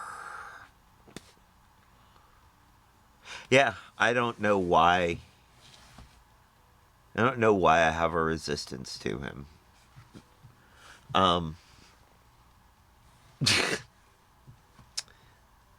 He from what I've seen, no, he is quite a looker. Swing states. And had she just won the states where she did outdo Joe Biden, she would be the president right now. But she didn't, because Donald Trump significantly outdid his own performance from 4 years ago. And once we get into those numbers, it forces us to face some really hard realities. So let's return to those Senate races in Wisconsin, Michigan, Nevada, and Arizona, and especially Pennsylvania, because they also tell us some other things once you look at the numbers. The voter results in these races, to me, point to the most important detail about what really happened in this election. Again, Kamala lost all of these states, but outside of Pennsylvania and Arizona, she outdid Biden's performance. Further, Wisconsin, Michigan, Nevada, and Arizona were Senate wins for Democrats. This means that not only did Trump win these states, not only did he outdo Biden's numbers in most of them in 2020, but he also outdid his own Republican running mates in these same states, because Trump would win the state, but Democrats would win the Senate. And the gaps here are pretty significant margins. As of writing, in Wisconsin, Trump got 1,697,769 votes and won the state. The Republican senatorial candidate got 1,641,181 votes, a significant but not so wide margin akin to how Kamala did in similar situations. In Michigan, Trump got 2,814,316 votes. The Republican candidate got 2,691,621 votes, a pretty significant gap. In Arizona, Trump got 1,764,862 votes. The Republican candidate got 1,591,318 votes. Again, another significant gap. In Nevada, Trump got 751,205 votes. The Republican candidate there got 677,046 votes, a significant gap considering the size of the state. And in Pennsylvania, the one place where a Republican actually won their race on a split ticket, Trump got 3,538,989 votes, and the Republican senatorial candidate got 3,395,274 votes. Again, a large gap in a state where the Republican actually won.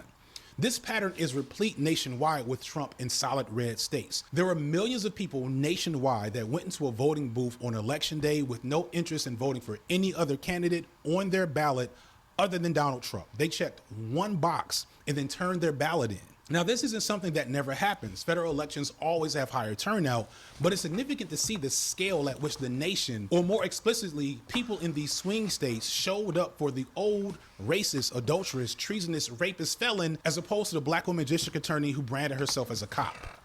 So who are these people? You already fucking know. Like, wow, I shouldn't have to make this fucking video. No, I shouldn't have you to make shouldn't. this fucking video. You shouldn't, but you do. The data I've seen indicates that there are white men in the suburbs and rural areas. I even had Nicholas Nameless help me out by doing a spreadsheet of all the counties in these swing states just to make sure this was true. NBC's exit polls also show that among white voters in key states, Kamala lost marginally suburban voters and significantly rural voters. These are almost categorically white voters, which correlates to her vote numbers amongst whites. In those key battleground states, she only got 37% of white men and 45% of white women. When you look at the proportion of the vote she got in those areas compared to Biden, they shrink in almost every situation, which meant that Trump got to run up the score, which meant that even though she got close, They shrink like a guy getting out of a pool on a cold day. in many of those states, she couldn't get over the hump. There's so much talk about, how Trump gained with Latino voters, including Latino men.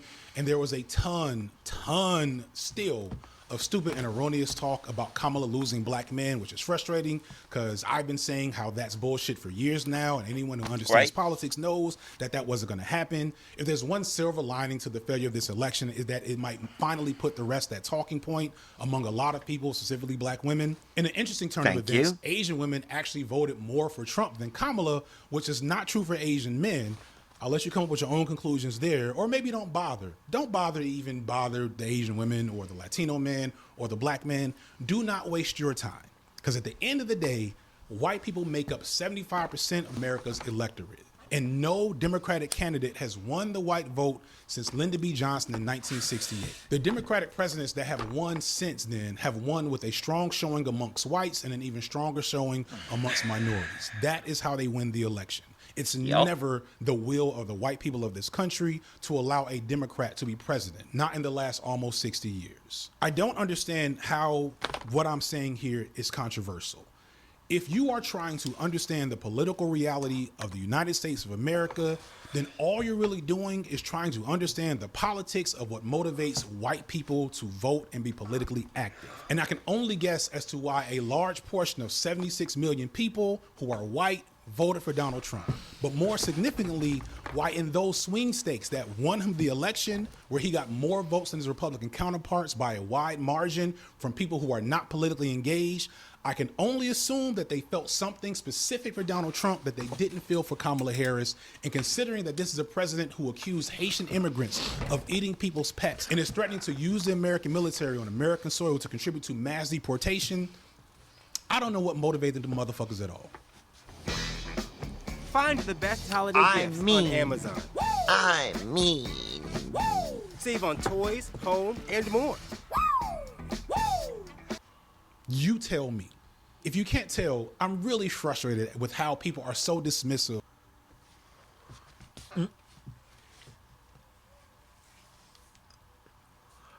I might be remembering wrong. He may not be talking about he may not talk about that sort of divine right thing, that idea in this video. That may have been somebody else. Might have been Hank Green. But it was something that I heard also echoed on as a takeaway on NPR, that, the other thing that I hear about why, at least from what I've heard, the interviews on NPR, and what it seems to me, even though Trump is impious and politically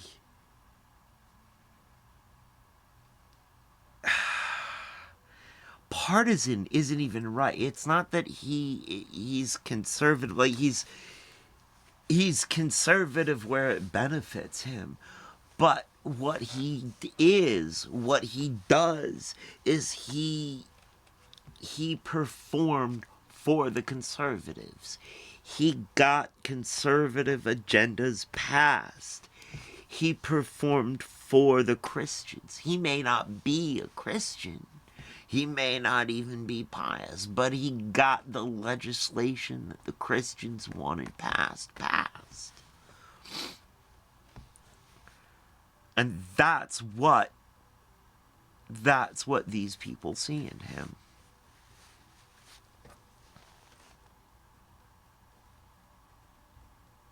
Of the role that racism and misogyny played here. Trump made incremental gains with almost every minority category. I want to point that out, right? Black men, black women, Latinos, Asians, and so many other folks. Small gains for Trump. That probably is significant in terms of the margins for which he won. But for the most part, in those swing states where Kamala did nearly as well or better than Biden, the big change here is that her voter base in suburban and rural areas actually drops compared to Biden. The percentage difference between Trump versus Biden and Trump versus Harris in rural and suburban counties widens. Harris only doesn't get blown out because she was able to turn out large numbers of voters in urban areas, aka black people and white liberals, the same voter base that many on the left are accusing of her not inspiring. Now, of course, I would argue that those voters are probably more inspired to vote against Trump than to vote for Kamala. I know that's what it was like with Biden. But again, we're talking about the difference between a bad campaign and an effective one. And the only difference between her and Biden on paper is her skin color and her sex organs. Is there a version of Kamala's campaign where she ran as a change candidate, promised universal health care and to save the environment and give stimulus packages to workers that wins her the election? Maybe. I doubt it, but maybe. But when you look at the exit poll data, 92% of voters that voted for Trump said Kamala was too extreme as a leftist. They called her a communist even as she ran a center-right campaign. Right. It's, as I said earlier, about people not actually believing the things that black women say or do, only attributing them a set of woke features. No one in this election ran on policies. Trump said on the debate stage when they asked him about repealing Obamacare, which some Trump voters didn't even know was the same thing as the Affordable Care Act, that he had thoughts of a plan. He doesn't, of course. No Republicans have a plan to replace Obamacare, but they know that talking about replacing Obamacare gets those people in their base to vote. What are they voting for? It's not policies. In some blind surveys on policies, when people got the issues based solely on what the person was going to do, these studies found that people prefer Harris's policies over Trump's almost categorically. Again, you can't tell me that Trump voters were inspired by his policies compared to Kamala's. There's no evidence that points to that. Harris did not run on some serious woke agenda. She didn't talk about race or gender hardly at all. She ducked the conversation around trans people, talked about strong borders, didn't mention the police violence or racism She basically ran a at all. Republican She approved campaign. fracking. Yet liberal pundits are trying to say she was too left and too woke anyway. So God forbid she may have actually ran a populist campaign on change like Bernie did and talk about those things that are important to her base, because she probably would have gotten even worse. But if she were Bernie, if she were a heterosexual white man, I'm confident she'd have won with exactly the same campaign strategy of not really saying much, because again, that's what Biden did in 2020. I want to be clear. I'm not saying that racism and misogyny are the only reason she lost. When you look at the info that we have, you recognize that she lost white voters, that many white voters stayed home, and that she did well in swing states despite not having policies, and that hundreds of thousands of voters showed up in swing states explicitly to vote for Donald Trump, who also didn't have policies. She even won independents. I was surprised at that. That was something that was not true early on the election data, but in the aftermath of the election, she won independent voters. But those people that wanted what Donald Trump was selling, they came through for him, and they didn't come through for Kamala.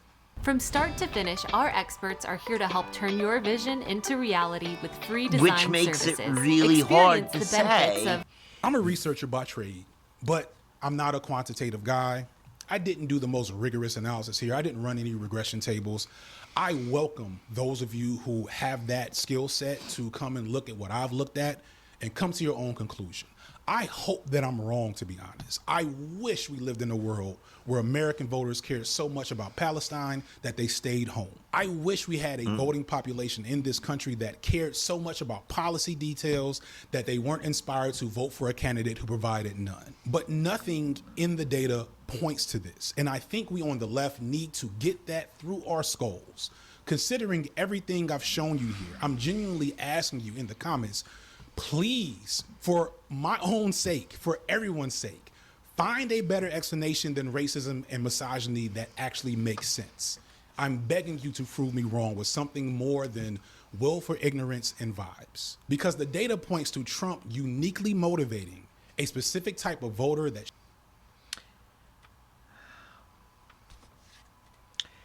To me, what it is that fear and anger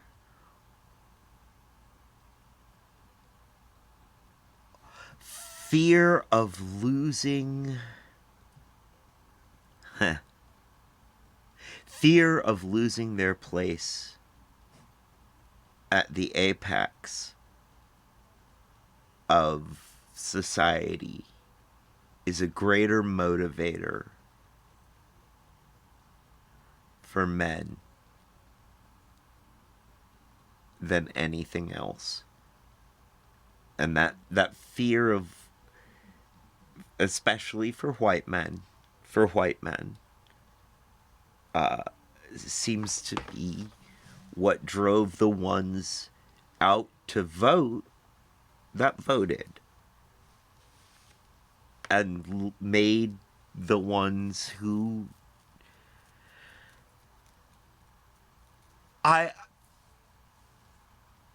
is indifference the same as fear? No. Do I think that it was indifference that made them stay home and not vote? No. I believe it was fear. And I believe it was fear of... I believe it was fear that motivated Trump's mob to come out.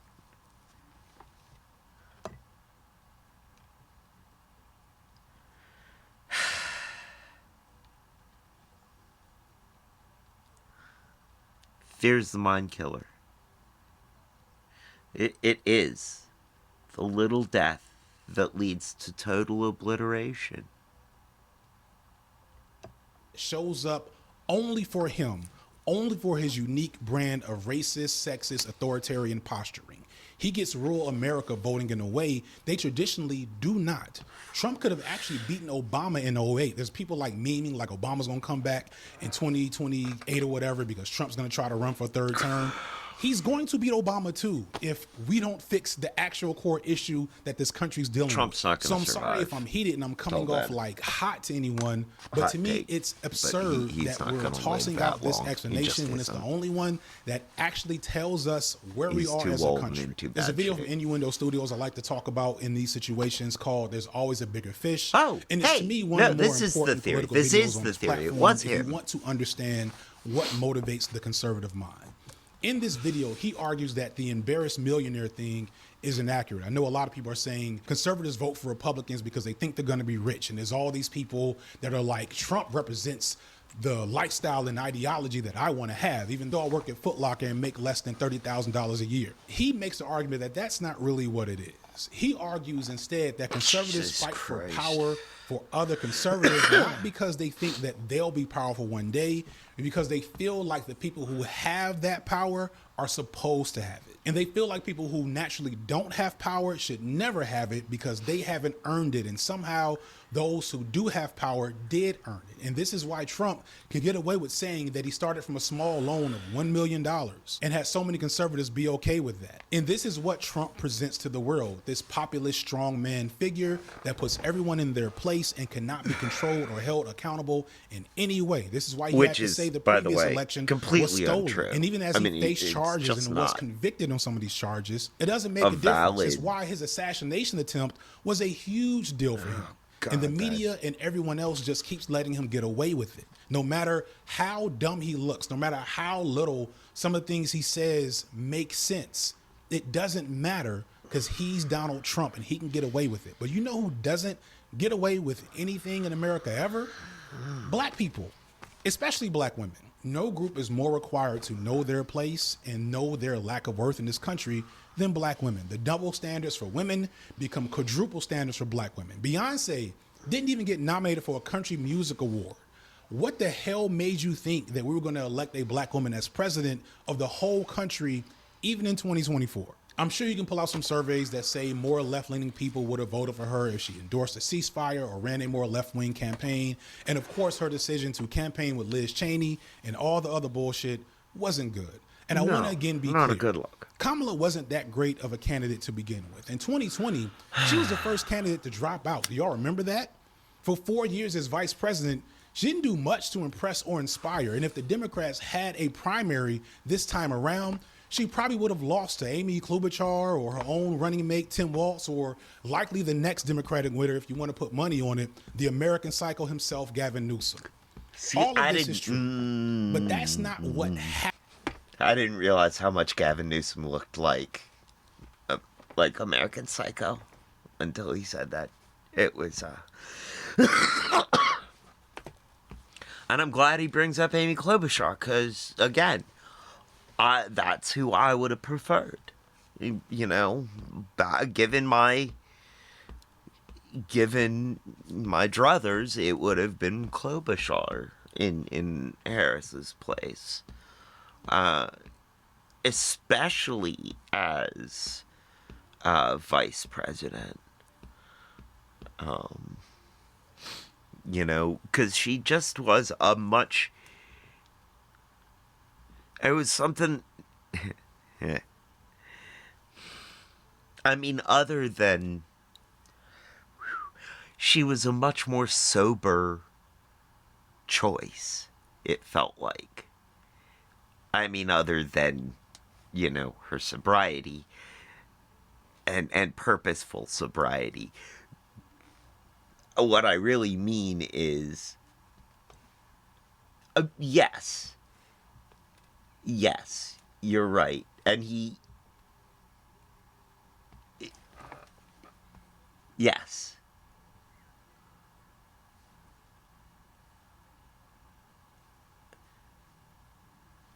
Was it a terrible country song? I didn't listen to it, Retro. I don't really listen to country, like, so, oh no, oh no. Joint down, got it back though.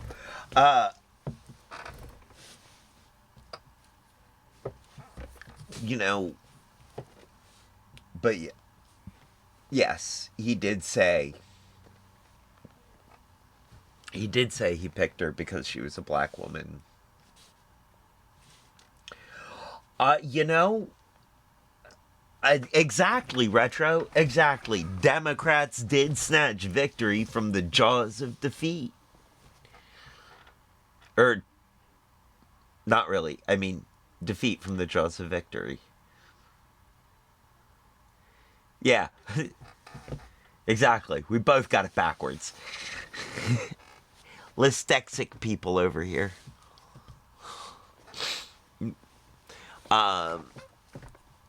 But yeah, it really is, like, it is amazing how Democrats can shoot themselves in the foot at every turn when given the opportunity.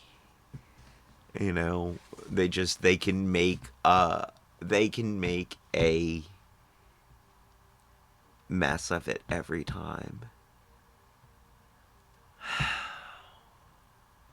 It's why I don't trust a Democratic...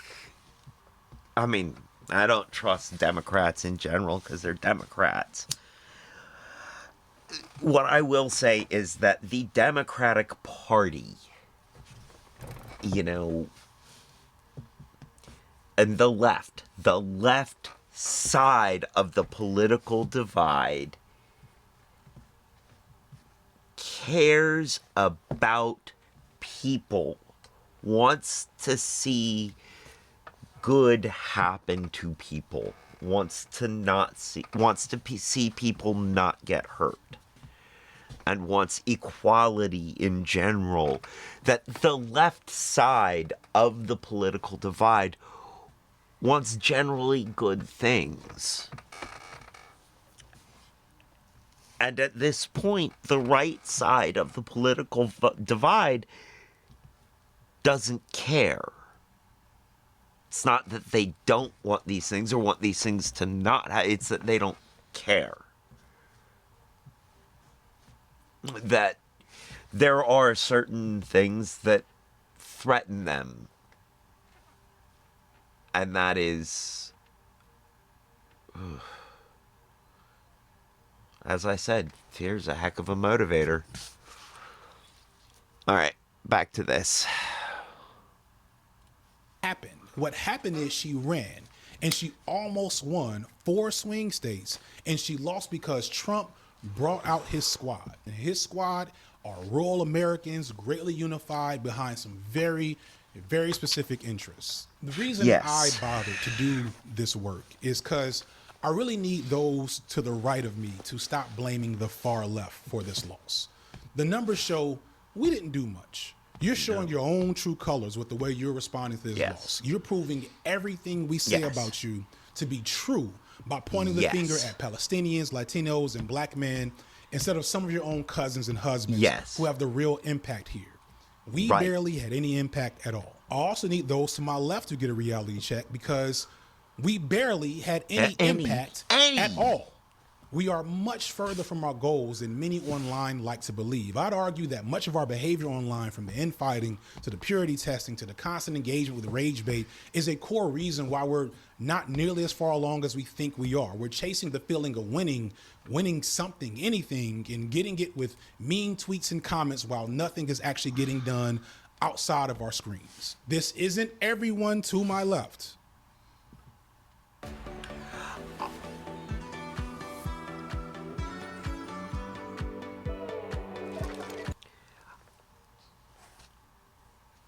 I don't know that I'm doing anything here. I like to think that I will be bringing FD's voice to people who may or may not have already heard it. People who may not have already heard it. And I don't necessarily mean that here in this chat, but more when I put this on YouTube. This is something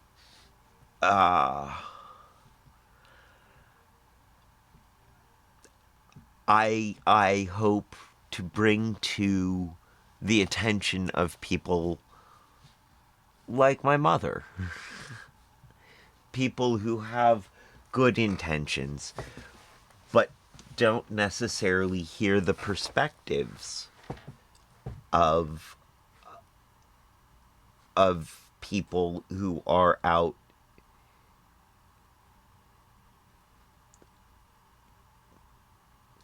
don't necessarily get to hear all of the outside perspectives. You know, no shade to my mother, who is gonna watch this and have a moment of, because I called her out, but you know, she watches me on YouTube, not FD, and he's worth watching. He says his perspective brings light to parts of the left that may not be apparent to members of the left like my parent. A parent to the parent. I got there. No, but what I'm saying is, you know, what I'm hoping to do is bring his voice to some of my audience that may not hear his voice. But outside of that, I want to be doing something more than just being on Twitch and YouTube nattering away about the left.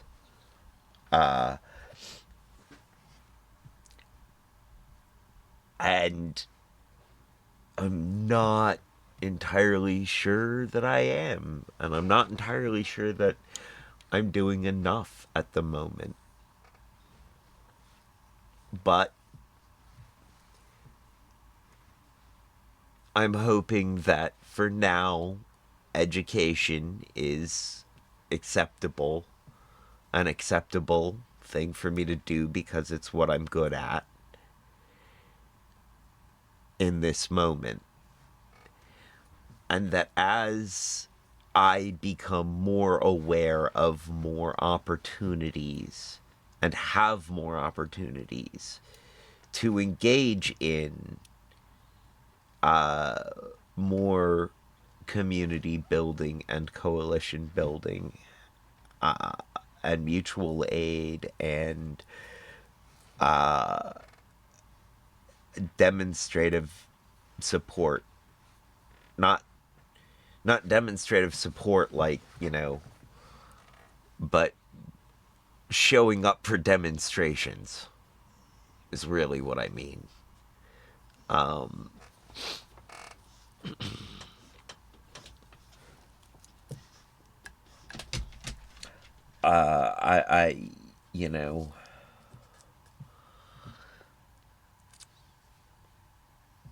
I've gotta start making that happen instead of hoping that it will happen. Now, the opportunity for the community garden that I will eventually will build on this land, that opportunity is there, and all it requires is motivation on my part and money. A lot of motivation and some money. And that motivation is working its way through. I'll get there.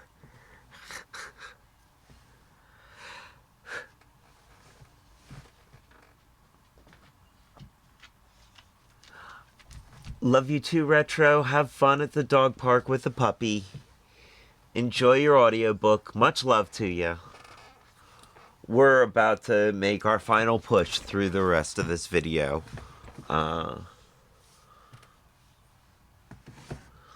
Alright. Yeah, if I'm around, I might well catch you.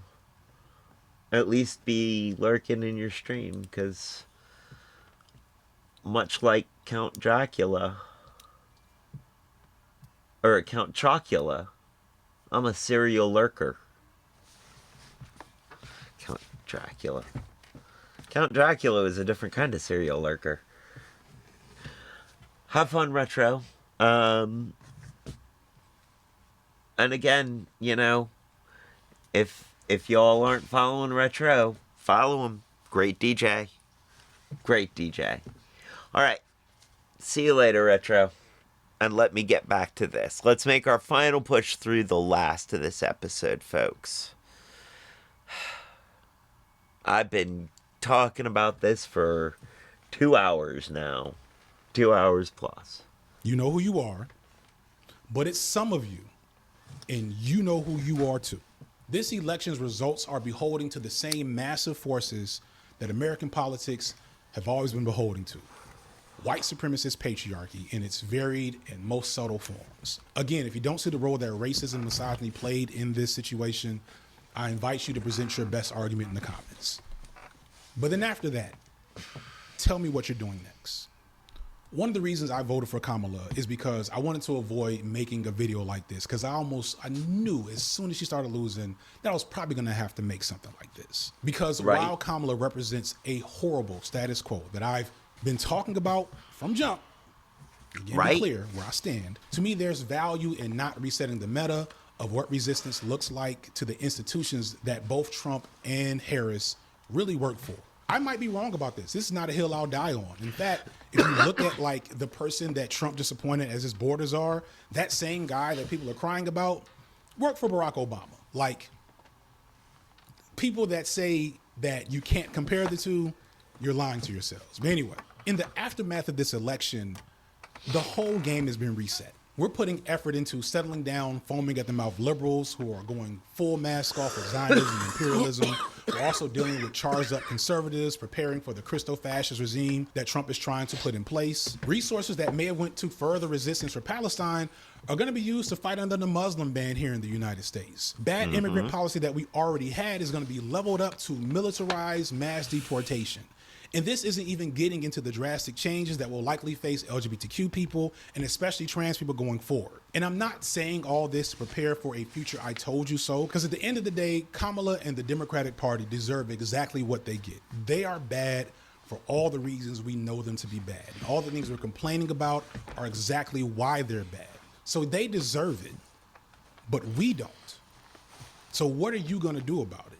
After you leave your comment of approval or your comment of disapproval, what are you going to do next? What meeting do you have on your calendar? Have you reached out to your neighbors to see who you can coalition build with? Are you capable of protecting yourself or others? What are you doing besides watching my videos? I don't know what should be done next. I'm just a creative. I'm not a leader or an organizer. I'm barely affiliated myself. But I will tell you, regardless of what you think of this video's thesis and me, now that the election is over, neither of those things are all that important.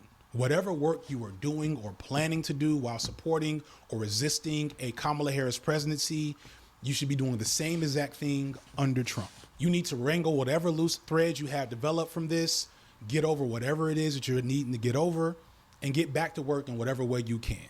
So in support of that, the pinned comment of this video will be used as a place to list organizing opportunities and networks of support. Please be responsible, as this is a Google platform that is public. None of this is secure, but if you have a safe way to share an org that you want to support and pull people into, please list them there. Contact info for them, location, etc. in that pinned comment. I'm going to, please of course, put nothing else in that comment because I don't want it to get bogged down.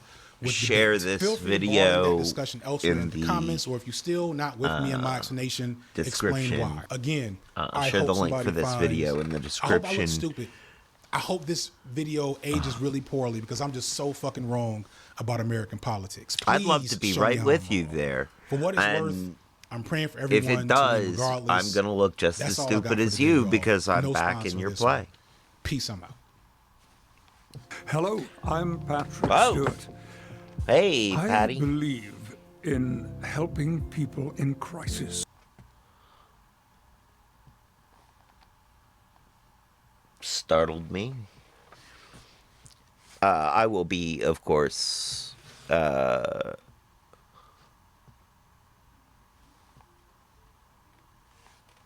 will be putting this in the description of the YouTube video that I will be releasing later on about this. But as it is now, thank you guys for joining me. There we go. Stick around for the raid. I appreciate everybody in the chat. Retro Future Now, Lockpick, Phoenix Lily, Code Inc., Gamer JM, let's see if I'm forgetting anybody.